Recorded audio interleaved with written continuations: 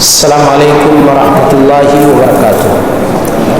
الحمدللہ والصلاة والسلام علی رسول اللہ وعلی آلہ وصحبہ ومن تبع ہداہ، اما بعد۔ فتنہ انکار حدیث سے متعلق گزشتہ 2 مجلسوں میں بہت ساری باتیں آپ کے سامنے آ چکی ہیں۔ اسی سلسلے کو مزید آگے بڑھاتے ہوئے اور انجام تک پہنچانے کے لیے تیسری دفعہ حاضر ہوئے ہیں۔ اس سے پہلے یہ بات آئی کہ موجودہ زمانے میں 1857 کے بعد جو فتنہ انکار حدیث کی تحریک اٹھی، اسے ہم 6 حصوں میں بانٹ سکتے ہیں، اور ان لوگوں نے جو کچھ کیا ایسا نہیں ہے کہ علماء اہل حدیث جن کے سینوں میں سنت کے تئیں حمیت اور غیرت تھی وہ خاموش بیٹھے، بلکہ کئی درجن علماء نے ان کے خلاف آوازیں بلند کی۔ چنانچہ مولانا محمد حسین بٹالوی، مولانا ثناء اللہ امرتسری، مولانا محمد اسماعیل گجرانوالہ، مولانا محمد گوندلوی، اسی طرح سے محمد یحییٰ المعلمی اور بہت سارے علماء نے ان کے خلاف مجلات کے اندر، کتابوں کے اندر اپنی تقریروں تحریروں کے ذریعہ ایسے لوگوں کا کھل کر کے مقابلہ کیا۔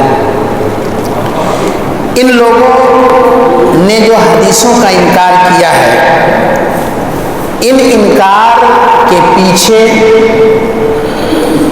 بیرونی یعنی عالمی طور پر اور اسی طرح سے اندرونی یعنی داخل ملک کے حساب سے کئی سارے اسباب ہیں۔ مختصراً ان اسباب کو میں ذکر کرتا ہوں۔ پہلا سبب خواہشات نفس کی پیروی، جس نے ان کو یہ کام کرنے پہ مجبور کیا۔ اسی طرح سے ان کی کم علمی اور جہالت، ظاہر ہے کسی کو اگر نبی کا مقام معلوم ہے، نبی کا منصب معلوم ہے، نبی صلی اللہ علیہ وسلم کا رب کے یہاں مقام معلوم ہے، اور یہ معلوم ہے کہ تم جس آسمان پہ تھوک رہے ہو وہ تھوک آسمان کے بجائے خود تمہارے منہ پہ آ کے گرے گا، کیونکہ اللہ نے سنت کی حفاظت کی ذمہ داری لی ہے، تم کہاں پہ جا رہے ہو؟ یہ ان کی علمی لا علمی اور جہالت۔ اسی طرح سے احساس کمتری، انسان مغرب کا ایسا دل دادا ہو جاتا ہے، جیسا کہ آج ہمارے نوجوان، ان کا ہیئر اسٹائل، ان کی لائف اسٹائل، ان کا کپڑا، ان کا پہننا، ان کا چلنا، ان کی آوازیں، ان کی شادی بیاہ اور زندگی کے تمام معاملات میں وہ ایسا لگتا ہے کہ مغرب کے دل دادا ہیں۔ یہ صرف اور صرف احساس کمتری کا نتیجہ ہے۔ اسی طرح سے انہوں نے عقل کو معیار بنایا، تو عقل کو تو معیار ابلیس نے بنایا تھا۔ جب سجدے کا حکم ہوا حضرت آدم کا، تو حکم اللہ دے رہا تھا، کہا میں کیسے سجدہ کروں، میں تو آگ سے پیدا ہوا ہوں، یہ تو مٹی سے پیدا ہوا۔ عقل ہی کا استعمال کیا تھا، وہ قیامت تک کے لیے راندے درگاہ ہو گیا، اور آج آپ عقل کا استعمال کر کے ابلیس کے طریقے پہ چل رہے ہیں یا نبی اور اللہ کے طریقے پہ چل رہے ہیں۔ اسی طرح سے دنیاوی اغراض و مقاصد، ایسے جو بھی لوگ اٹھتے ہیں ان کے پیچھے فنڈنگ ہونا شروع ہو جاتی ہے، ان کی آب و بھگت، ان کی پذیرائی اور ان کا لائف اسٹائل چینج ہو جاتا ہے، کیونکہ انہیں ایسے لوگ مدد کرنا چاہتے ہیں جو یہ سمجھتے ہیں کہ ان کی صف کا بندہ ہمارے مقصد کی تکمیل کرے گا، لہذا اسے اپنے جیب خاص سے اس کی مدد ہونی چاہیے۔ اور چھٹا سبب ہے برطانوی سامراجی سازش، یعنی برٹش حکومت جو انگریزوں کی تھی یہ انہی کے اصلاً پروردہ تھے، انہی کے پیداوار تھے۔ یہ چند اسباب تھے جن اسباب کی بنیاد پر ان لوگوں نے ایسا کیا ہے۔ آئیے چند نمایاں لوگوں کا ذکر کر دیتے ہیں کہ جن لوگوں نے اس موجودہ زمانے میں خاص کر کے ہندوستان کے جنہوں نے یہ سارا کام کیا تھا، چنانچہ ان میں سب سے پہلا نام ہے عبداللہ چکرالوی کا۔ عبداللہ چکرالوی یہ ہے متحدہ ہندوستان کے چکرالا پنجاب جو اس وقت ہندوستان میں نہیں ہے وہاں کا تھا، اور یہ بہت ذہین و فطین انسان تھا، عربی زبان اور بہت ساری چیزوں کا ماہر تھا، بلکہ اس کے بارے میں آتا ہے کہ یہ میاں سید نذیر حسین محدث دہلوی کا شاگرد بھی بننے کے لیے گیا تھا۔ میاں صاحب نے اس کے نقل و حرکت کو دیکھ کے کہا تھا کہ تمہارے بارے میں تو وہ حدیث ثابت ہو رہی ہے جو اللہ کے نبی نے انکار حدیث والوں کے لیے پیشین گوئی کی تھی۔ اس نے کئی 14 کتابیں تک لکھی ہیں، ایک کتاب تو 3 جلدوں میں ہے، اور یہ شخص 1902 میں، جیسا کہ میں نے آپ سے اس سے پہلے ذکر کیا تھا، یہ انکار حدیث کا مہم لے کر کے اٹھتا ہے، جبکہ 1900 میں مرزا غلام احمد قادیانی اسی پنجاب ہی سے قادیان سے اٹھتا ہے، اور یہ دونوں لوگ برٹش حکومت کے خاص جو ہے غلام کی حیثیت سے تھے۔ یہ ہے اس شخص نے 2 شادی کی تھی۔ پہلی بیوی تو جاہل تھی، لیکن دوسری آخری عمر میں کی تھی، وہ بھی بہت ذہین فطین تھی۔ اس سے جو بچی پیدا ہوئی وہ بھی بہت ذہین و فطین تھی، لیکن بچی تھی اس لیے اس کو اپنا وارث نہیں بنا سکا، تو یہ عبداللہ چکرالوی تھا۔ دوسرا اسی کا شاگرد خواجہ احمد الدین امرتسری ہے۔ یہ بندہ بہت زیادہ اسٹڈی کرتا تھا، عربی، فارسی، اردو، انگریزی اچھی جانتا تھا، تاریخ، جغرافیہ، میتھمیٹک، فلکیات اور مختلف علوم کا ماہر تھا۔ اس نے قرآن کے سلسلے میں سر سید کو اپنا نمونہ بنایا تھا، اور یہ عبداللہ چکرالوی کے راستے پہ چلا، اور اس نے بھی بہت ساری کتابیں لکھی۔ اسی طرح سے تیسرا نام حافظ اسلم جیراج پوری کا ہے، جو اعظم گڑھ کے قریب ایک گاؤں جیراج پور ہے، وہاں کے ہیں یہ، اور جامعہ ملیہ کے اندر یہ پروفیسر تھے ایک زمانے میں۔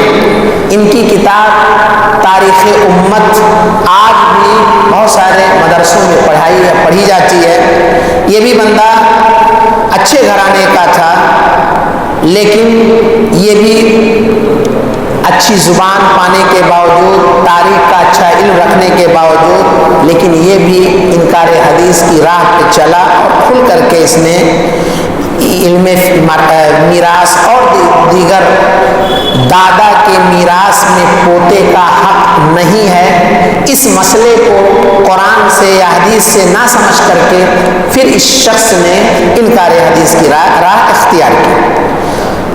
ان لوگوں کا آخری شاگرد جس نے کھل کر کے انکار حدیث کا کام کیا وہ غلام احمد پرویز ہے، جو بھی اتفاق سے مشرقی پنجاب ہندوستان کا قادیان سے قریب ایک گاؤں کا تھا، اور اس نے بھی جو ہے اسلم جیراج پوری کی شاگردی اختیار کی۔ ایسے ہی خواجہ احمد جو اس سے پہلے جن کا ذکر آیا، ان کی گمراہیوں کو اس نے لیا، سر سید کو سب سے بڑا مفکر سمجھتا تھا، اور اسی طرح سے علامہ اقبال کو، اور یہ عبداللہ چکرالوی کا بہت زیادہ تعریف کرنے والا تھا۔ اس نے کئی ساری کتابیں لکھی، 33 کتابیں، اس کے علاوہ طلوع اسلام اور معارف نامی پرچے جاری کرتا تھا۔ ان لوگوں نے ان لوگوں کے کئی فرقے تھے. ایک فرقہ تھا امت مسلم اہل الذکر والقرآن، فرقہ امت مسلمہ، فرقہ طلوع اسلام، تحریک تعمیر انسانیت. اور ان لوگوں کے آپس میں بھی اختلافات تھے. مثلا اب حدیث کو تو ماننا نہیں ہے، تو اب نماز کیسے پڑھیں گے، کتنی رکعتیں ہوں گی، کوئی کچھ کہہ رہا ہے کوئی کچھ کہہ رہا ہے. اور انسان جب راستے سے بھٹکتا ہے تو کہاں کہاں ٹھوکر کھاتا ہے اندازہ نہیں لگایا جا سکتا. اسی طرح سے سر سید کا ذکر اس سے پہلے آیا تھا کہ انہوں نے بھی قرآن کے کئی ساری مثلا انکار کیا ہے. اللہ تعالیٰ نے جو ایک فرشتے کو، جس کو معقل الرحم کہتے ہیں، جب بچہ 4 مہینے کا ماں کے پیٹ میں ہوتا ہے تو ایک فرشتے کو اللہ تعالیٰ روح پھونکنے کے لیے بھیجتا ہے. بچہ بدبخت ہوگا یا نیک بخت ہوگا، اس کی روزی کیا ہوگی، یہ ساری چیزیں لے کر بھیجتا ہے. اس کا یہ انکار کرتے ہیں. شیطان کو بھی یہ تسلیم نہیں کرتے، جیسا کہ اللہ نے یا قرآن نے ذکر کیا ہے. اسی طرح سے ہمارا عقیدہ ہے، بلکہ قرآن میں بھی ہے، حدیث میں تو واضح طور پر ہے کہ 7 آسمان ہیں تو زمینیں بھی 7 ہیں. مثلہن کا ذکر قرآن میں ہے. یہ صاحب زمین کے ساتھ ہونے کا انکار کرتے ہیں. ابراہیم علیہ السلام کے آگ میں ڈالے جانے کا انکار کرتے ہیں اور بچ جانے کا کہتے ہیں یہ نیچر کے خلاف ہے. موسیٰ علیہ السلام کی ولادت اور ایسے ہی مچھلی کا یونس علیہ السلام کو نگلنا، اس کا بھی انکار کرتے ہیں. اور اس طرح سے انہوں نے جو باتیں کہی ہیں وہ یہی ہیں کہ ان کے عقل کے خلاف ہیں. اسی طرح سے عرب دنیا کے اندر مستشرقین سے لوگ متاثر ہوئے. اور اسی زمانے کی بات ہے، چنانچہ کچھ ادبا تھے جیسے طہ حسین، احمد امین، مصطفیٰ عبدالرزاق عقاد. چنانچہ احمد امین کی کتاب ہے زحل الاسلام فجر الاسلام. ان کتابوں کے اندر یہ صاحب مستشرقین ہی کے لقمے چبا چبا کر کے اپنی ادبیت کا اظہار کرتے ہیں. عرب دنیا میں بھی کچھ لوگوں نے کھل کر کے حدیثوں کا انکار کیا. چنانچہ ڈاکٹر محمد توفیق ایک ہیں، ایک ابو شادی احمد ذکی ہیں، اسماعیل ادہم ہیں، اور ایک مشہور نام محمود ابو ریہ کا ہے. یہ ہے اتنا خبیث انسان تھا کہ اس نے صحابی رسول ابو ہریرہ رضی اللہ تعالی عنہ کی شان میں بہت گستاخی کی. کتابیں لکھی اس شخص نے، اور اس کا ایک صحیح واقعہ آپ نے سنا ہوگا. ایک عبدالحکیم ابو حمادہ نام کے ایک مصری عالم نے واقعہ ذکر کیا. ہمارے ہندوستان کے ایک عالم گزرے ہیں ڈاکٹر ضیاء الرحمن اعظمی رحمۃ اللہ علیہ، جو ابھی قریب ان کا انتقال ہوا. رابطہ عالم اسلامی میں وہ اس وقت کام کر رہے تھے. یہ صاحب چونکہ ضیاء الرحمن اعظمی صاحب نے کتاب لکھی تھی ابو ہریرہ فی ضوء مرویات. ابو ہریرہ رضی اللہ کے بارے میں آگے ذکر آئے گا. ان کے جو شبہات ہیں ان شبہات میں ابو ہریرہ کا نام بھی ہے، تو اس کی نسبت سے یہ ان کے پاس گئے اور انہوں نے واقعہ ذکر کیا. اور شیخ ضیاء الرحمن اعظمی نے کئی مجلسوں میں بیان کیا اور کہا اس کو دنیا کے اندر بیان کیا جائے. واقعہ یہ ہے کہ جب اس مصر کے شخص کو معلوم ہوا کہ ابو ریہ یہ ابو ہریرہ رضی اللہ کی شان میں بہت گستاخی کرتا ہے، حدیثوں کے بارے میں بہت گندی گندی زبان استعمال کی ہے، تو اس سے ملنے کی غرض سے یہ گئے. جب پہنچتے ہیں تو پتہ چلتا ہے وہ بیمار ہیں اور بستر مرگ پر پڑے ہیں. بچوں سے کہا ہم دیکھنا چاہتے ہیں. بچوں نے کہا ہم اجازت نہیں دیں گے. چنانچہ انہوں نے جب بہت اصرار کیا تو انہیں جانے کی اجازت دی گئی. یہ کہتے ہیں کہ میں نے دیکھا کہ اکیلا وہ بندہ کمرے میں ہے، بالکل سیاہ کالا کلوٹا کوئلے کی طرح ہو گیا ہے، جسم میں ہڈیاں بچی ہوئی ہیں اور زبان سے آہ ابو ہریرہ کی صدا لگا رہا ہے. اس کی شکل دیکھ کر کے ایسا لگتا تھا کہ میں بے ہوش ہو جاؤں گا. گھبراہٹ کے عالم میں بھاگ کر باہر نکل آیا. موقع نہیں ہے ورنہ کئی ایسے واقعات ہیں جن لوگوں نے صحابہ کی شان میں گستاخیاں کی ہیں، جیسا کہ میں نے حدیث مسرات کے بارے میں اس سے پہلے کے درس میں بیان کیا۔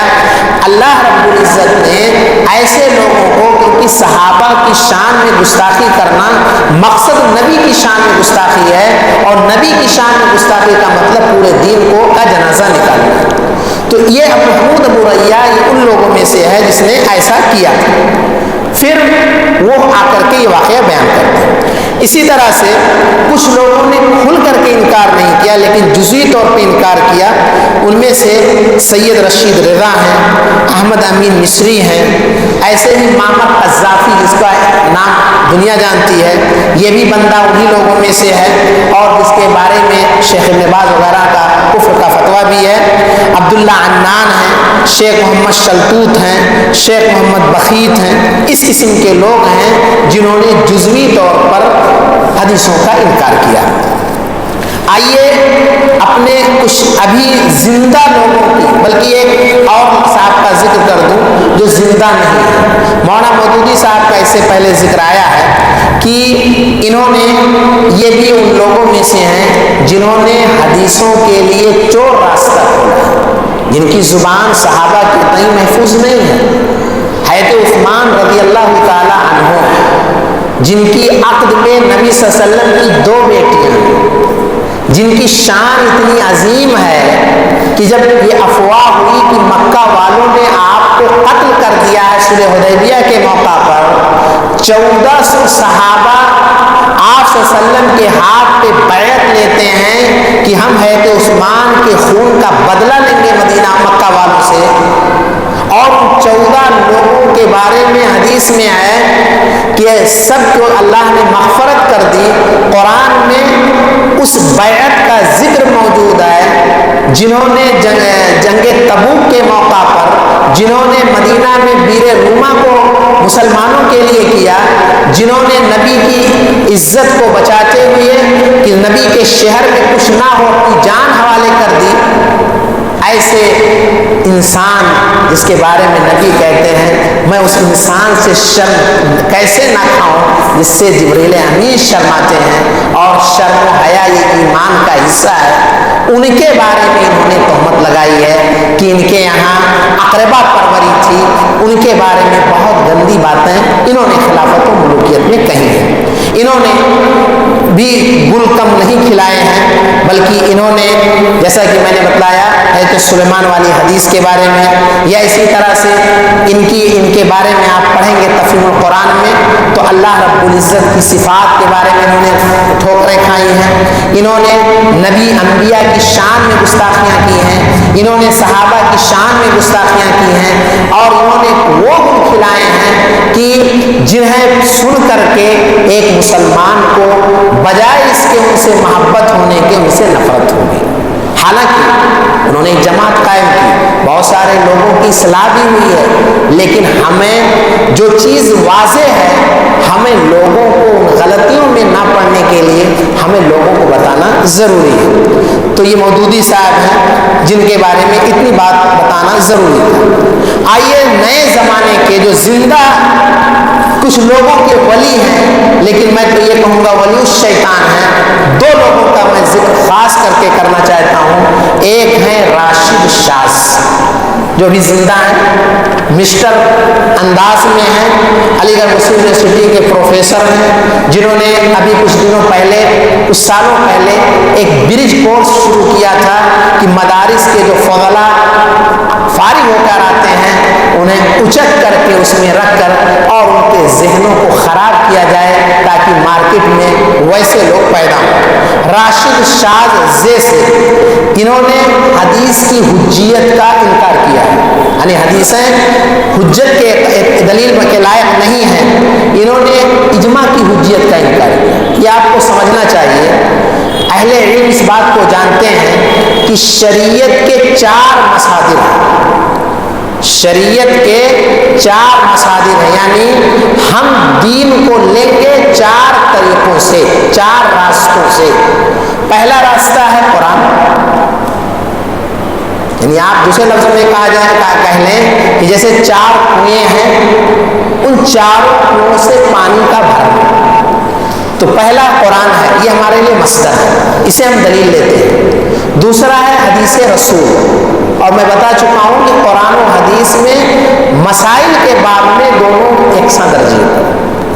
تیسرا مصدر علماء ذکر کرتے ہیں وہ ہے اجماع، صحابہ کرام کا اجماع کہ جس مسئلے میں سارے لوگ متفق ہوں. اور چوتھا مصدر ہے قیاس. قیاس یہ ہے کہ کوئی نیا مسئلہ پیش آئے، جیسے ابھی کورونا آیا تھا، پہلے زمانے میں طاعون کی بیماری تھی، وہ بھی وبائی بیماری تھی، یہ بھی وبائی بیماری ہے. طاعون کی بیماری سیدنا عثمان رضی اللہ کے زمانے میں پیش آئی. کیا معاملہ تھا؟ اس کی روشنی میں یہ اس وبائی بیماری کو قیاس کیا گیا اور اس کے احکام یہاں دے کر کے لوگوں نے مسئلے بیان کیے، جیسا کہ آپ جمعہ سے اور ساری چیزوں کو آپ نے دیکھا. نئے نئے جو مسائل پیش آتے ہیں ان مسائل کو کتاب و سنت کی روشنی میں ان کے لیے دلیل ڈھونڈنا اور اس کو قیاس کریں، 4 مسائل ہیں. اب آپ دیکھیں یہ صاحب حدیث کو مصدر نہیں مانتے، اجماع کو مصدر نہیں مانتے، اور بعض قرآنی آیات کو انتہائی غلط ان کی تشریح اور تفسیر کرتے ہیں. اچھا، جب یہ اجماع صحابہ کے فہم کو نہیں مانتے، تھوڑی دیر کے لیے سوچنا چاہیے. بہت سارے لوگ کہتے ہیں ہمارا یہ عقیدہ ہے کہ قرآن اور سنت، اور قرآن و سنت کو جو سلف صالحین نے سمجھا ہے، صحابہ تابعین نے جو قرآن کو سمجھا ہے، یہی ہمارے دین. اسی لیے ہم کسی کو سلفی کہتے ہیں، کیونکہ سلف صالحین نے جو قرآن کو اللہ کے نبی نے خیر القرون کہا ہے، بہترین صدیاں کہی ہیں، انہی کے فہم کے مطابق ہم دین کو سمجھتے ہیں. اب اگر ایک بندہ صحابہ کے سمجھ کا اعتبار نہ کرے تو پھر اس کی سمجھ کا کون اعتبار کرے؟ گویا کہ جب ان کی سمجھ کا اعتبار نہیں تو تمہاری سمجھ کا تو سوچ بھی نہیں سکتے. تم کیوں اپنی رائے پیش کرتے ہو، اپنی باتوں کو کیوں پھیلاتے ہو؟ تو یہ صاحب ایسے ہیں. مفسرین نبی صلی اللہ علیہ وسلم کو یہ امی نہیں مانتے. امی، قرآن میں نبی کو امی کہا گیا ہے. امی کا مطلب یہ ہے کہ جو دیکھ کر پڑھ نہ سکے، جو لکھ نہ سکے. اور اللہ تعالیٰ نے اپنے نبی کو امی اسی لیے رکھا تاکہ کوئی یہ نہ کہہ سکے کہ کسی سے لکھوا کر کے آپ نے یہ چیزیں پیش کی ہیں، کہیں سے نوٹ کی ہیں. مکہ والے پھر بھی اعتراض کرتے تھے اکتتبھا فہی تملی علیہ بکرۃ وعشیہ. تو اللہ رب العزت نے اپنے نبی کو امی بنایا اور اس کے باوجود وہ چیزیں پیش کی کہ دنیا قیامت تک حیران و ششدر رہے گی. یہ صاحب ان کی کتاب ہے ادراک زوال امت. اس میں انہوں نے کئی باب قائم کیا ہے اور امت جو پستی میں ہے، گراوٹ میں ہے، دبی کچلی جا رہی ہے، اس کے انہوں نے اسباب ذکر کیے ہیں. ان میں سے ایک سبب یہ ذکر کیا ہے کہ حدیث بھی ہے. اسی طرح سے انہوں نے فقہ کو بھی دلیل مانا، جبکہ فقہ اگر دیکھا جائے تو یہ قیاس ہے. اور اسی طرح سے انہوں نے صوفیاء کرام کو بھی مانا ہے. تو خیر ہمیں صوفیہ سے کوئی مطلب نہیں، لیکن ہمیں نبی صلی اللہ علیہ وسلم کی حدیث سے مطلب ہے. تو یہ صاحب یہ بات کہتے ہیں. اور یہاں لطف کی بات یہ ہے کہ انسان اگر اپنی طرف سے کوئی بات کہے تو اس کا اعتبار. آپ سب ڈاکٹر عزیر شمس رحمۃ اللہ علیہ کو جانتے ہوں گے. ڈاکٹر عزیر شمس رحمۃ اللہ علیہ نے اپنے ایک محاضرے میں ذکر کیا ہے کہ یہ صاحب جو حدیث کے بارے میں جو باتیں انہوں نے کہی ہیں اور امت کے زوال اور پستی کا حدیث کو سبب قرار دیا ہے، یہ پوری باتیں مستشرقین کی انگریزی کتاب کا اردو ترجمہ ہے. کہتے ہیں میں نے باقاعدہ کمپریزن کیا ہے، موازنہ کیا ہے، چونکہ شیخ کو انگریزی بھی آتی تھی اور اردو بھی آتی تھی. کہا کہ یہ اسی گول زہر اور ساخت جو مستشرقین میں سے بڑے ہیں، یہ انہی کی عبارتوں کو انہوں نے اردو میں کیا ہے اور یہ سوچتے ہیں کہ ہندوستان یا اردو داں طبقہ اتنی بھولی ہے کہ ان کو علامہ فہامہ و امام سمجھ کر کے ان باتوں کو تسلیم کر لے گی. انہوں نے چوری نہیں بلکہ ڈکیتی کی ہے، انگریزی کو اردو میں لا کر کے لوگوں کو دھوکہ دینے کی کوشش کی ہے. تو یہ راشد سعد صاحب ہیں جنہوں نے یہ بات کہی ہے. خیر، ایک نام ہے جاوید احمد غامدی کا، اور یہ نام انتہائی خطرناک ہے۔ یہ شخص، آپ اس نام سے سرچ کریں گے تو پینٹ شرٹ میں، داڑھی مونچھ بالکل غائب ہے، زبان بہت شیریں اور میٹھی ہے، اور ایسے دھڑا دھڑ فتوے دیتا ہے، دھڑا دھڑ باتیں کہتا ہے، جیسے لگتا ہے کہ یہ صاحب اللہ کی جانب سے متعین کیے ہوئے ایک اسپیکر ہیں کہ وہاں سے آواز، وہاں سے براڈ کاسٹ کیا جاتا ہے اور یہ صاحب نشر کر رہے ہیں۔ یہ صاحب، ان کا اصل نام شفیق احمد ہے، اور افسوس کی بات یہ ہے کہ ان کا بھی تعلق پنجاب سے ہے۔ یہ بھی اپنے پرکھوں کی طرح سے عبداللہ چکرالوی یا اسی طرح سے مرزا غلام احمد قادیانی جس علاقے کے ہیں اسی علاقے کے یہ بھی صاحب۔ اور لطف کی بات یہ ہے کہ انہوں نے امین احسن اصلاحی کی شاگردی اختیار کی ہے۔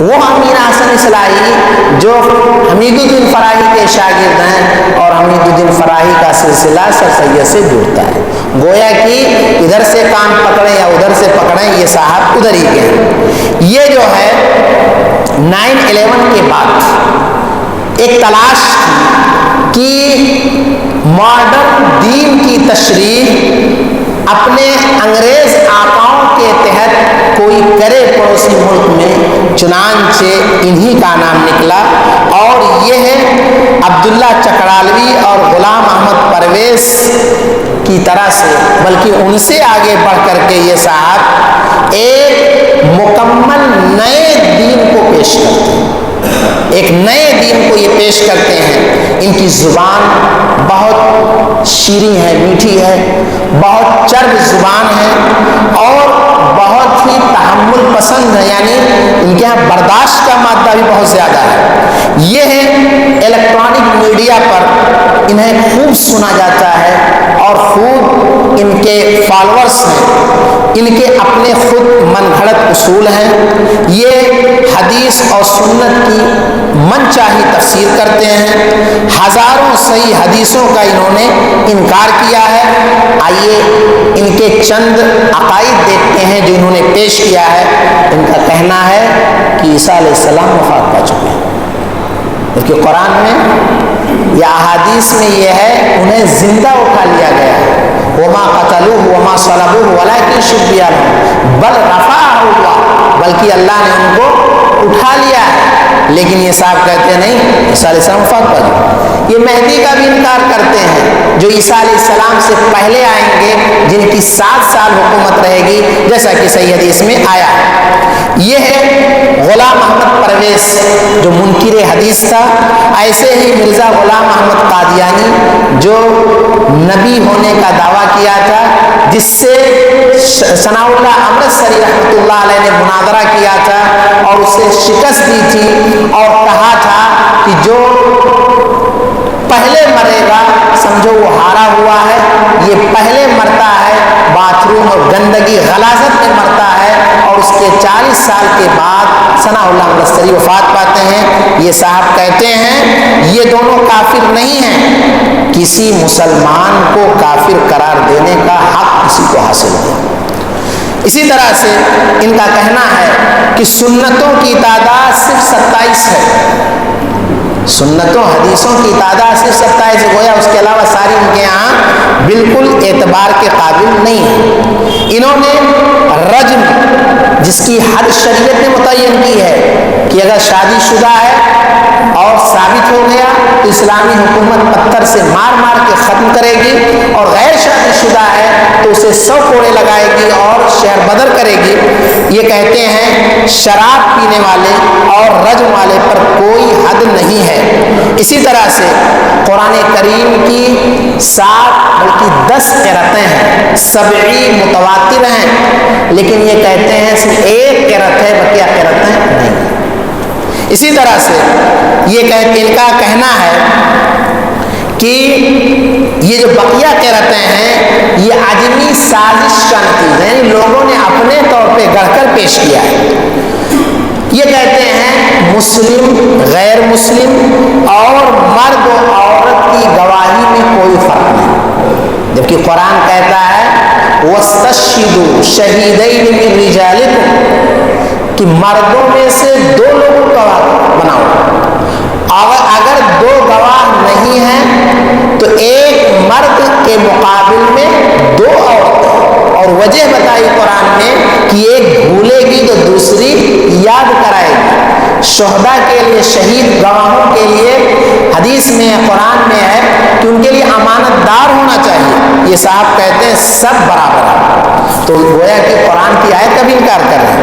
ان کے یہاں ہے کہ یہود نصارہ کو آپ پر ایمان لانا ضروری نہیں ہے، اس کے بغیر بھی ان کی بخشش ہو سکتی ہے. ظاہر ہے کیوں نہیں کہیں گے، کیونکہ انہی کے چیلے ہیں. حالانکہ اللہ کے نبی صلی اللہ علیہ وسلم نے فرمایا ہے کہ میرے بارے میں سننے کے بعد چاہے کوئی یہودی ہو، چاہے عیسائی ہو، کوئی بھی ہو، اگر مجھ پر ایمان نہیں لاتا ہے تو ایسی صورت میں کافر ہو کے مرے گا، جہنم نصیب ہوگا. لیکن ان کی شریعت میں غامدی صاحب کی تشریح میں یہ ہے کہ سب اپنے اپنے دھرم پہ رہو، سب کے لیے بخشش ہے. یہ بیان فرماتے ہیں. ان کے یہاں موسیقی گانا سننا یہ جائز ہے، جبکہ اللہ کے نبی صلی اللہ علیہ وسلم نے یہ کہا ہے کہ اللہ رب العزت دھنسا سکتا ہے موسیقی کے سلسلے میں. اسی طرح سے ان کے یہاں مسجد اقصی پر مسلمانوں کا کوئی حق نہیں ہے، یہودیوں کا حق. جس طرح سے ہندوستان کے اندر مولانا وحید الدین خان نے بھی فتویٰ دیا تھا کہ بابری مسجد پر مسلمانوں کا کوئی حق نہیں ہے. اسی طرح سے یہ صاحب کہتے ہیں داڑھی کا اسلام سے کوئی تعلق نہیں. چنانچہ یہ صاحب داڑھی مکمل طور پہ کہیں یا تو ہجڑوں کی طرح رکھتے ہیں یا عورتوں کی طرح سے اپنے چہرے کو بنا کے رکھتے ہیں. تو یہ ہے غامدی صاحب ہیں جو ایک نئے مذہب کی شکل میں انکار حدیث کے بعد لوگوں کے سامنے پیش کرتے ہیں. صلاح الدین یوسف رحمۃ اللہ علیہ جنہوں نے تفسیر لکھی ہے، انہوں نے ان کے خلاف کتاب لکھ کر کے ان کی گمراہیوں کو واضح کیا ہے. آپ انہیں دیکھ کر کے پڑھ سکتے ہیں. آئیے چند شبہات جو یہ منکرین حدیث پیش کرتے ہیں ان کو جاننے کی کوشش کرتے ہیں، کیونکہ کبھی ایسا لگتا ہے کہ انسان ان شبہات کو پیش کرتا ہے تو ایسا لگتا ہے واقعتاً صحیح بات کہہ رہا ہے. اللہ رب العزت نے قرآن میں ذکر کیا کہ جن کے دلوں میں کجی ہے وہ انہی شبہات کے پیچھے پڑتے ہیں. فَأَمَّا الَّذِينَ فِي قُلُوبِهِمْ زَيْغٌ فَيَتَّبِعُونَ مَا تَشَابَهَ مِنْهُ ابْتِغَاءَ الْفِتْنَةِ کہ جن کے دلوں میں کجی ہے وہ انہی شبہات کی پیروی کرتے ہیں، لیکن جو صحیح ایمان والے ہیں وہ کہتے ہیں کل من عند ربنا، یہ ساری چیزیں ہمارے رب کی جانب سے ہیں. ہمیں عقل علم معمولی دیا گیا ہے تو ہمیں نہ سمجھ میں آئے اس کا یہ مطلب نہیں کہ ہم ان کا انکار کریں. ان کے بہت سارے شبہات ہیں، ہم چند شبہات کو وقت کے حساب سے پڑھیں گے اور جانیں گے. ان کا ایک شبہ یہ ہے کہ قرآن میں ہے وَنَزَّلْنَا عَلَيْكَ الْكِتَابَ تِبْيَانًا لِكُلِّ شَيْءٍ، ہم نے آپ پر قرآن نازل کیا ہے، کتاب نازل کیا ہے جس کے اندر ہر چیز کی وضاحت ہے. اب اسے پیش کر کے کہتے ہیں کہ یہاں پر اللہ تعالیٰ کہہ رہا ہے ہم نے کتاب نازل، کتاب سے مراد کیا ہے؟ قرآن ہے. اب قرآن میں جب ہر چیز کی گتھیاں سلجھا دی گئی ہیں پھر سنت کی کیا ضرورت ہے؟ جبکہ یہ جو آیت ہے یا اس طرح کی اور آیتیں ہیں ان کا تعلق لوح محفوظ سے ہے کہ لوح محفوظ میں اللہ رب العزت نے ساری چیزیں رکھی ہیں. اور رہی بات قرآن کی، اگر قرآن میں ہر چیز کی وضاحت ہوتی تو پھر اللہ تعالیٰ یہ کیوں کہتا وَأَنزَلْنَا إِلَيْكَ الذِّكْرَ لِتُبَيِّنَ لِلنَّاسِ، ہم نے ذکر قرآن تو نازل کیا ہے تاکہ آپ وضاحت کریں. تو آپ جو وضاحت کریں گے وہ قرآن کی آیت نہیں ہوگی، وہ حدیث رسول ہوگی. اس لیے کہ وہی نبی اگر یہ کہہ رہے ہیں کہ کیا آپ نے لقمان علیہ السلام کی نصیحت نہیں پڑھی، ان الشرک لظلم عظیم، تو اتنی بات تو آپ کی تشریح ہے اور یہی حدیث ہے، تو یہ چیز جو ہے کہنا صحیح نہیں ہے۔ اور میں نے اس سے پہلے بتلایا کہ اگر ہم مان بھی لیں تو پھر کہیں کوئی چیز مجمل ہے، کہیں مختصر ہے، اللہ کے نبی نے کچھ ایسی سنتیں بیان کی جن کا سرے سے قرآن میں ذکر بھی نہیں ہے، ہم کیسے اس چیز کو مانیں گے یا پائیں گے؟ یا اسی طرح سے جو تفصیلات نماز وغیرہ سے متعلق جو باتیں آئی ہیں، یہ چیزیں اس بات کی دلیل ہیں کہ ان کا یہ دعویٰ بلا دلیل ہے۔ اسی طرح سے خاص کر کے مستشرقین نے یہ شبہہ پیش کیا ہے کہ اللہ کے نبی صلی اللہ علیہ وسلم نے حدیثوں کو لکھنے سے منع کیا تھا، ایک لمبے زمانے کے گزر جانے کے بعد حدیثیں لکھی گئی ہیں، لہذا حدیثوں کو لکھنے میں غلطیاں ہوئی ہیں، یہ اعتبار کے قابل نہیں ہے۔ بظاہر کوئی شخص یہ سنے گا تو کہے گا واقعتاً اس اعتراض میں دم ہے۔ دیکھیں اللہ کے نبی صلی اللہ علیہ وسلم کے زمانے میں صحابہ ہم اور آپ کی طرح سے کند ذہن نہیں تھے، اتنے ذہین تھے کہ وہ اپنی نسل نہیں بلکہ اپنے اونٹنیوں اور اپنے اونٹوں کی نسلوں تک کو یاد رکھتے تھے، اور ایک مرتبہ سن لیتے تھے وہ ان کے یہاں ازبر ہو جایا کرتے تھے۔ خاص کر کے اللہ کے نبی صلی اللہ علیہ وسلم نے کچھ لوگوں کے لیے خصوصی دعا کی تھی، جیسے عبداللہ بن عباس رضی اللہ تعالیٰ عنہ کے لیے تفسیر اللہم فقہہ فی الدین وعلمہ التاویل کہا، اے اللہ تمہیں دین کی سمجھ عطا کر، انہیں تفسیر کا علم عطا کر۔ اور عبداللہ بن عباس اس وقت زیادہ عمر والے نہیں تھے، پوری زندگی انہوں نے وقف کر دی تھی حدیث قرآن کی تفسیر تشریح کے لیے، اور مکہ کو اپنا مدرسہ قرار دے کر کے زندگی بھر وہاں وقف رہے، وفات سے پہلے وہ طائف منتقل ہو گئے تھے۔ ایسے ہی اللہ کے نبی صلی اللہ علیہ وسلم نے سیدنا ابو ہریرہ رضی اللہ تعالیٰ عنہ کے لیے خصوصی دعا کی تھی جن کا ذکر آگے آئے گا۔ پہلی بات تو یہ ہے۔ دوسری بات یہ ہے کہ واقعتاً اللہ کے نبی نے شروع میں منع کیا تھا، لیکن منع کیوں کیا تھا؟ شروع میں آپ صلی اللہ علیہ وسلم نے اس لیے منع کیا کہ کہیں لوگوں کو غلط فہمی نہ ہو جائے، وہ قرآن اور حدیث کے درمیان خلط ملط نہ کر دیں۔ لیکن بعد میں آپ نے اجازت دی، اور اجازت ہی نہیں دی بلکہ کئی لوگوں نے یہ لکھا ہے کہ صحابہ کے اپنے نسخے تھے، جیسے عبداللہ بن عمرو بن عاص، ان کا ایک نسخہ تھا جس میں 436 سے زیادہ 436 حدیثیں تھیں، اس کا نام تھا صحیفہ صادقہ۔ یہ وہی صحابی ہیں کہ جن کے سلسلے میں ابو ہریرہ رضی اللہ تعالیٰ عنہ کہتے ہیں کہ صحابہ میں مجھ سے زیادہ حدیث کا علم رکھنے والا عبداللہ ابن عمرو بن عاص کے سوا کوئی نہیں تھا، فَإِنَّهُ كَانَ يَكْتُبُ وَلَا أَكْتُبُ، وہ لکھا کرتے تھے، میں لکھتا نہیں تھا۔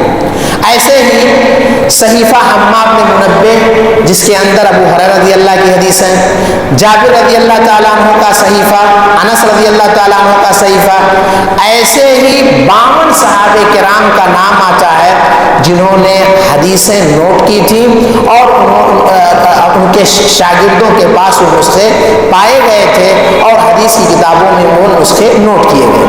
ایسے ہی تابعین کے زمانے میں ڈاکٹر محمد مصطفیٰ آدمی جو ہندوستان کے بھی قریب ان کا انتقال ہوا ہے، انہوں نے تابعین کے 252 کتابوں یا نسخوں جن میں حدیثیں لکھی گئی تھیں ان کو شمار کیا ہے اور پیش کیا ہے۔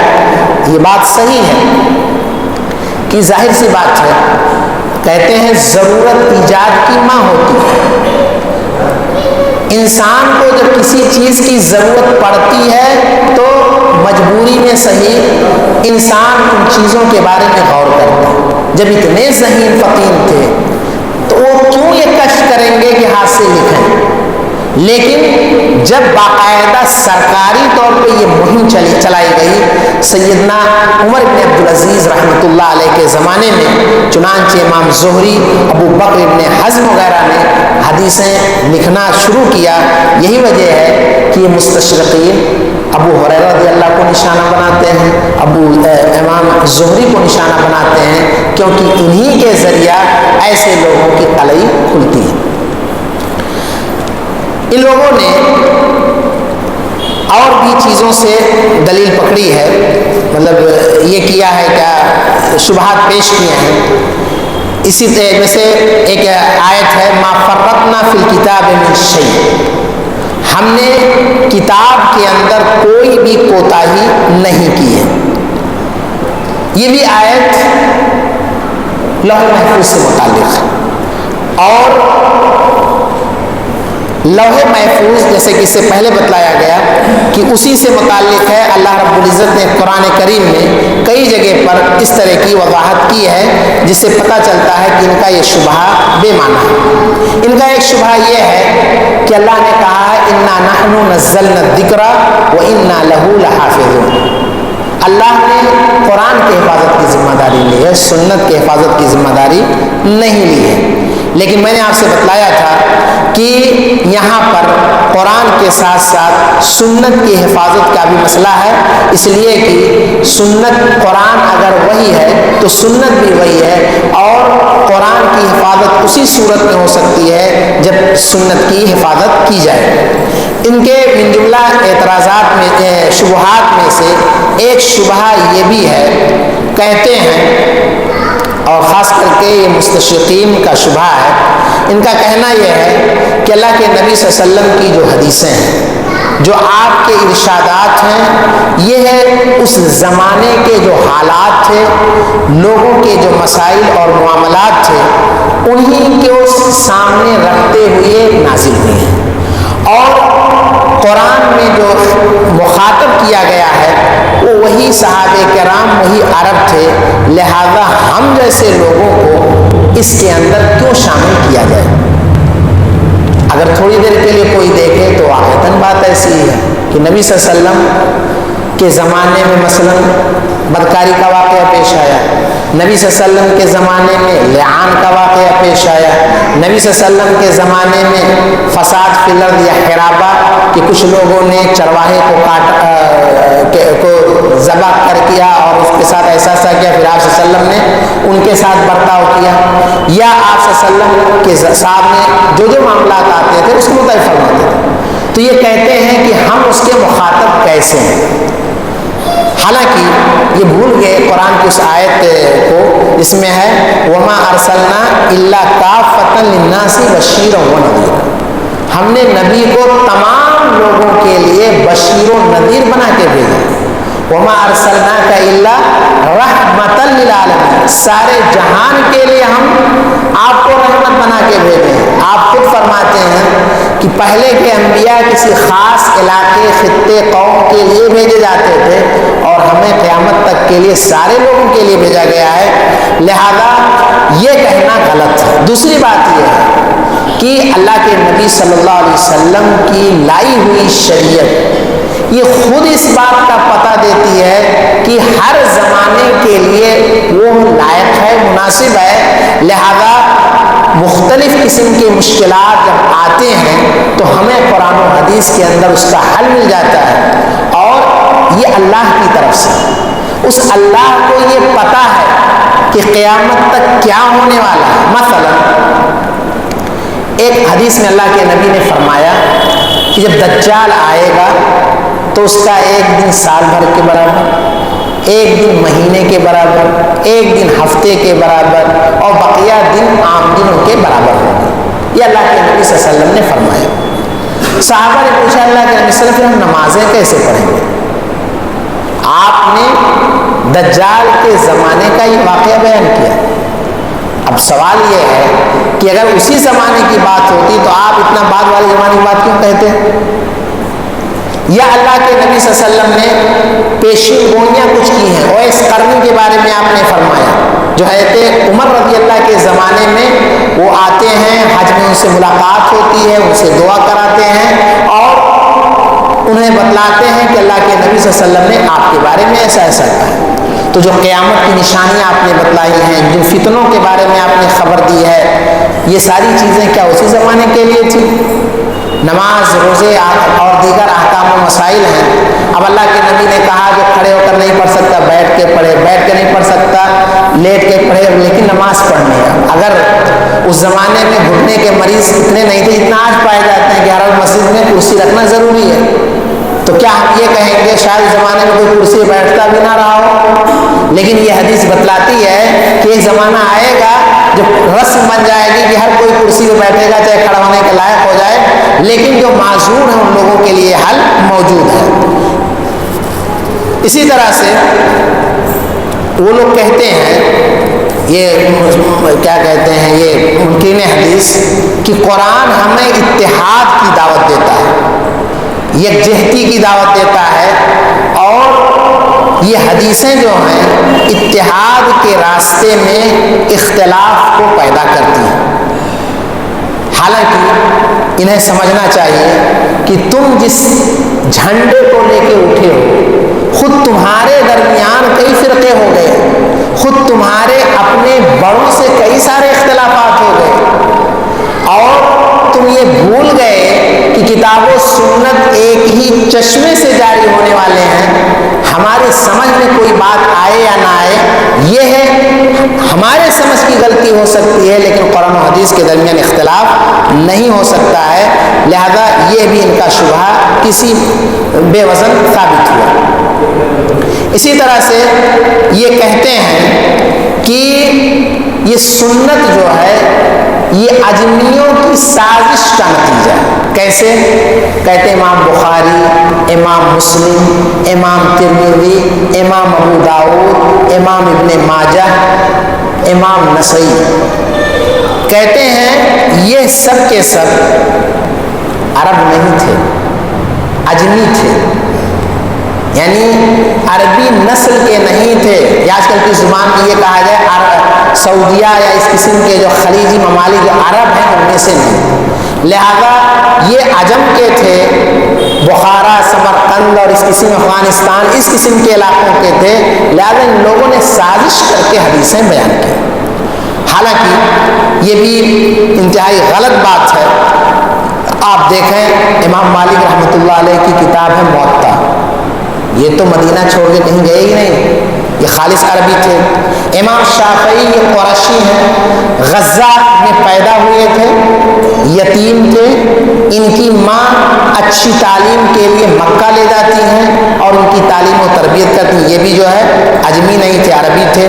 اسی طرح سے امام حمیدی یہ بھی قریشی تھے، ان کی مسند ہے۔ امام احمد بن حنبل، امام دارمی، یہ سب کے سب عربی تھے، لہذا یہ کہنا کہ اجمیوں نے مل کر کے، اور امام احمد کے جو شاگرد امام بخاری، امام ابو داؤد، اور یہ جو ہیں بھی جن کو اجمی کہتے ہیں، یہ ہے ان کے اندر جو ہے عربیت کا خون گردش کر رہا ہے، اور انہوں نے کوئی ایسی بات نہیں بیان کی ہے کہ آپ غلطی پکڑ لیں، یہ تو دنیا کے سامنے پیش کیے ہیں۔ بلکہ امام ترمذی تو کہتے ہیں کہ میں نے جب یہ کتاب لکھی تو حجاز کے، عراق کے، شام کے، مصر کے، اس زمانے کے جتنے بڑے بڑے علماء تھے ان کے سامنے پیش کیا، سبوں نے سراہا اور یہ کہا کہ جس کے گھر میں یہ کتاب ہے گویا کہ اس کے گھر میں نبی گفتگو کر رہا ہے۔ تو یہ کہنا یہ سازش کا نتیجہ ہے، یہ انتہائی گھناؤنی بات ہے، گھناؤنی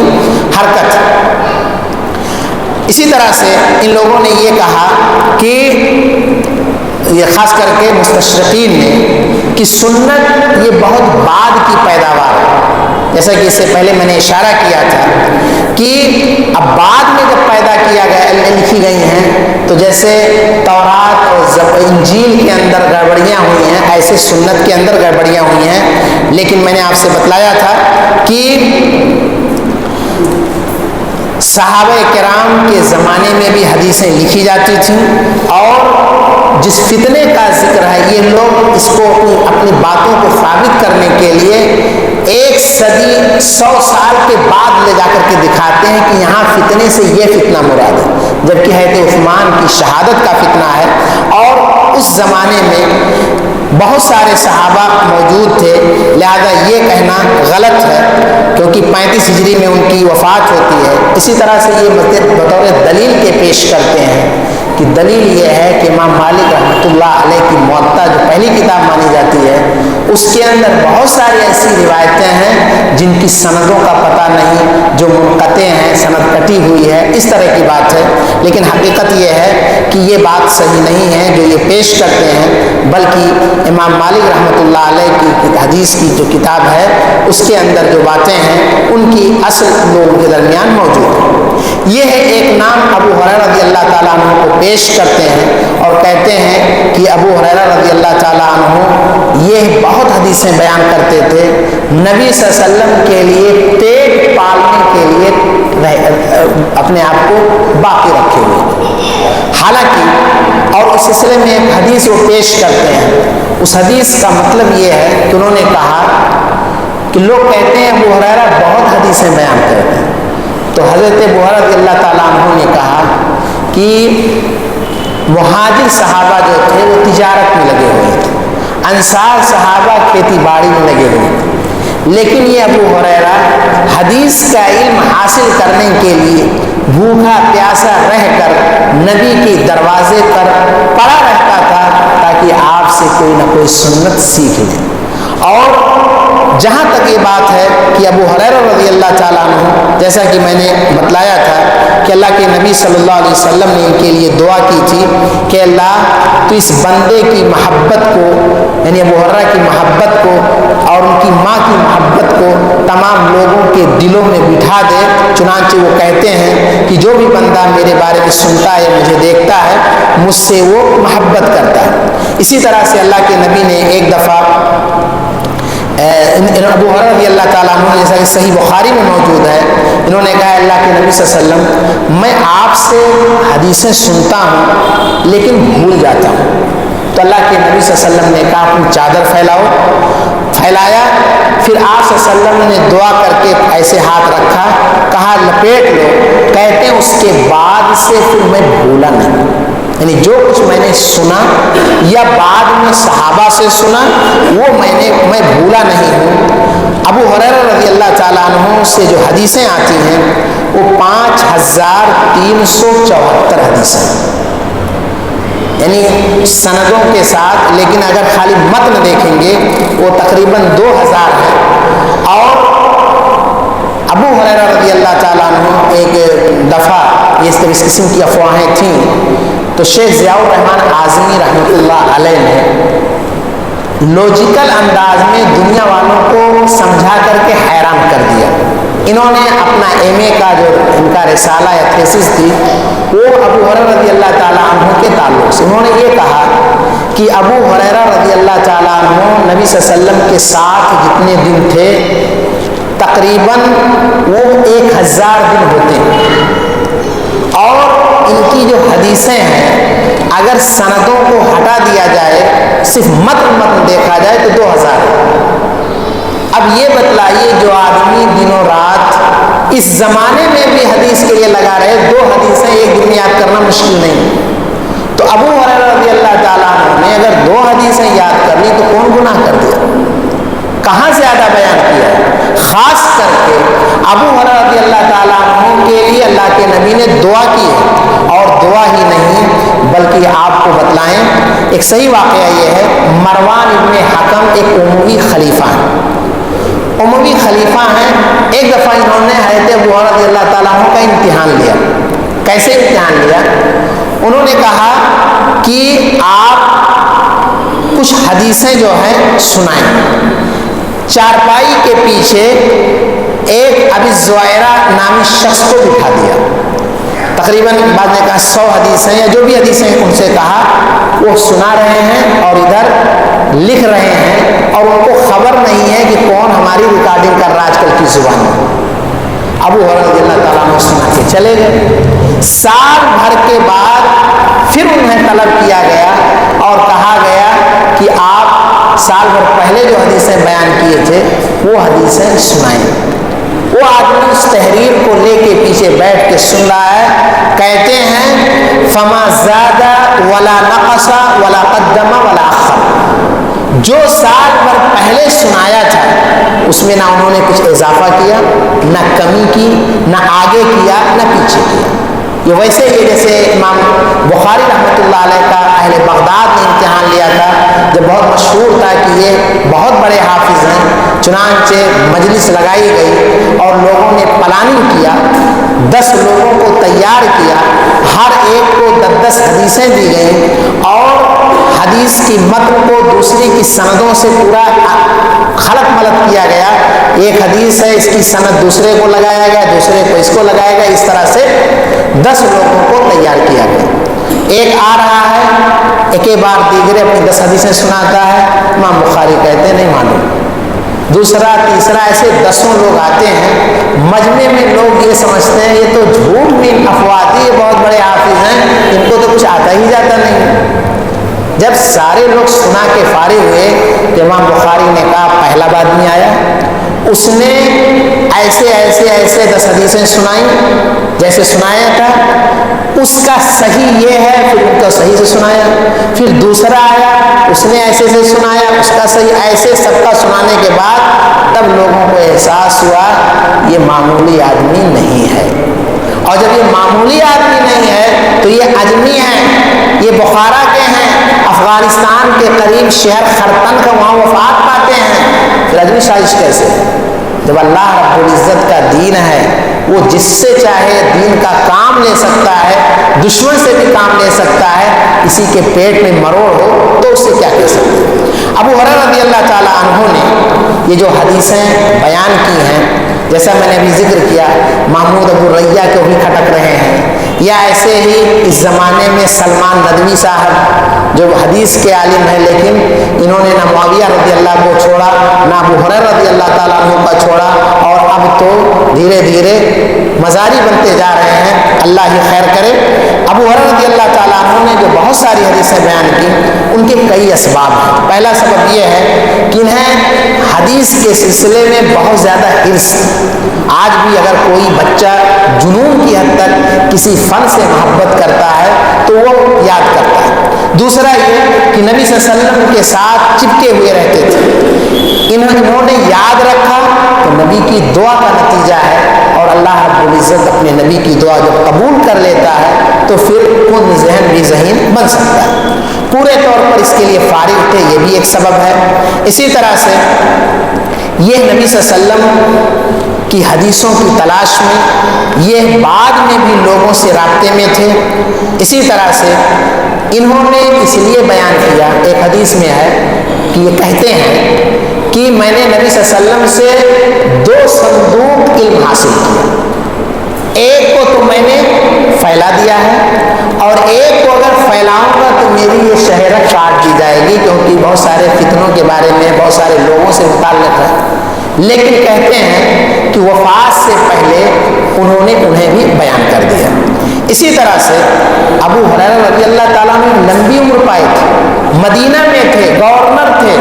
اب ظاہر ہے مکہ مدینہ میں آج بھی لوگ بہت زیادہ جاتے ہیں، صحابی ہیں تو ان سے ملاقات کے لیے جاتے ہیں تاکہ تابعی بن جائیں، فضیلت حاصل کریں، علم پوچھتے ہیں۔ تو جب زیادہ سوال کیا جائے گا تو آدمی جواب دے گا، اور جب جواب دے گا تو بہت ساری سنتیں جو چھپی ہوئی تھی سینوں میں وہ بھی سامنے آئیں گی۔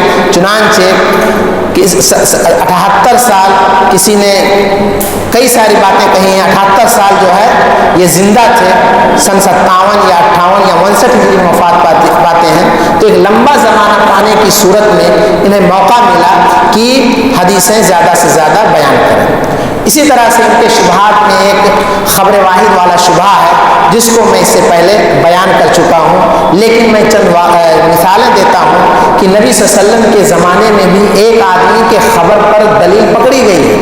آپ صلی اللہ علیہ وسلم مسجد نبوی میں امام ہیں، آپ نے بتلایا کہ قبلہ مدینہ آنے کے 15-16 مہینے کے بعد اب بیت المقدس کے بجائے خانہ کعبہ کی طرف ہے۔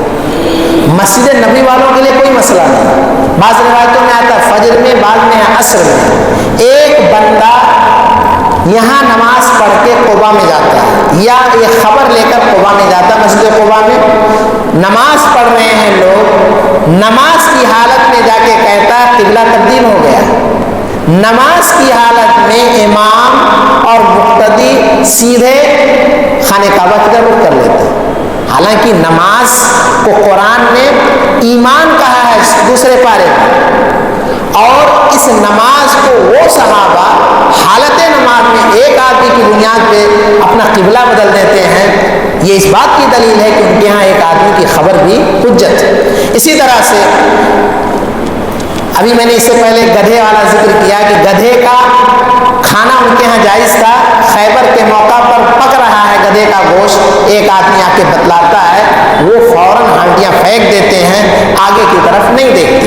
ایسے ہی سن 9 ہجری کے اندر اللہ کے نبی صلی اللہ علیہ وسلم نے پہلے ابو بکر رضی اللہ کو حج کا امیر بنا کے بھیج دیا تھا، بعد میں حضرت علی رضی اللہ تعالیٰ عنہ کو سورہ توبہ کی کچھ ابتدائی آیتیں لے کر بھیجتے ہیں، محض ایک آدمی جاتا ہے اور ابو بکر رضی اللہ تسلیم کرتے ہیں، سارے لوگ مانتے ہیں۔ اس کے علاوہ اللہ کے نبی صلی اللہ علیہ وسلم نے مختلف بادشاہوں کے پاس خطوط بھیجے تھے اور ایک ایک قاصد کو بھیجتے تھے، تو کیا آپ کے خط یہ حدیثیں نہیں تھیں؟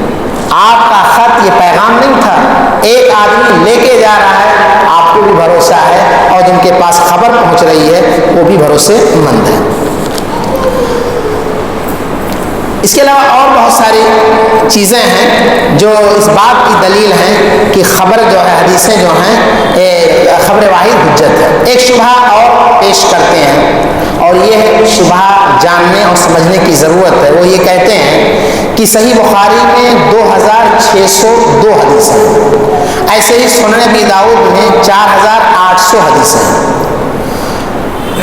یہاں کہتے یہ ہیں کہ امام بخاری رحمۃ اللہ علیہ نے جو 2500 کہہ لیجیے کچھ زیادہ جو صحیح بخاری میں حدیثیں بیان کی ہیں، کہتے ہیں ہم نے 6 لاکھ روایتوں سے ان کو چنا ہے۔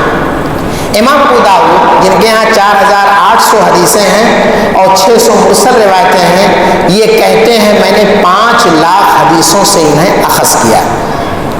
ان کا کہنا یہ ہے کہ اگر ہم آج حدیثوں کا جائزہ لیں تو ایک محتاط اندازے کے مطابق ساری جو روایتیں ہیں، حدیثیں ہیں، خالص حدیثیں صحیح ضعیف ہر طرح کی، ان کی تعداد 50,000 ہوتی ہے، اور جو صحیح حدیثیں ہیں وہ 15 سے 20,000 کے درمیان۔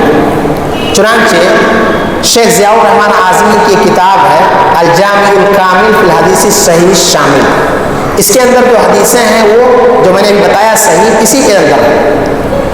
تو اب 6 لاکھ حدیثیں یا 5 لاکھ حدیثوں سے جو ان لوگوں نے منتخب کیا وہ بقیہ کہاں گئی، یہ ان کا اعتراض ہے۔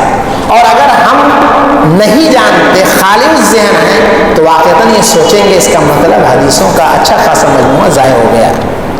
یہ لوگ یہ باتیں پیش کرتے ہیں، لیکن ان کا جواب یہ سمجھنا چاہیے کہ محدثین کے یہاں متقدمین اور متاخرین کے نظریے میں فرق ہے۔ متقدمین کا مطلب بخاری مسلم وغیرہ کا جو زمانہ ہے، اور بعد کے زمانے میں کیا ہے، اس زمانے میں جب حدیث بولتے تھے تو حدیث میں نبی صلی اللہ علیہ وسلم کی باتیں، آپ کے افعال، آپ کی تقریرات جو جس کو میں نے حدیث بتلایا وہ ساری چیزیں ہیں۔